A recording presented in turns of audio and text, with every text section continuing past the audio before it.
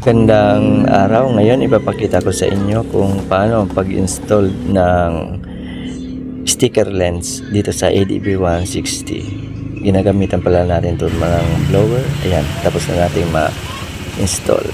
Yan, ito na finished product ng ating nilagay na sticker. Nga pala yung may-ari ang nagpili ng sticker na yan na ilagay dyan sa lens ng kanyang ADB 160. Alright,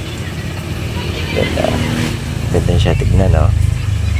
Hindi boring tignan yung kanyang headlight dahil sa colorful na reflection ng kanyang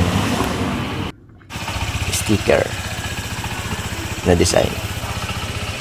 Ayan, no? Ganda na siya, lalo na pag gabi.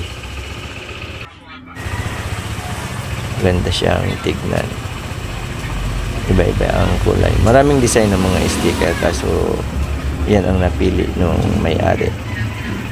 Pinilit niya siguro sa online o in order niya.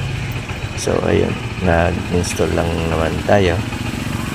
Yan, siguraduhin sa pag-install dapat tuyong-tuyo para lumapat at dumikit yung sticker.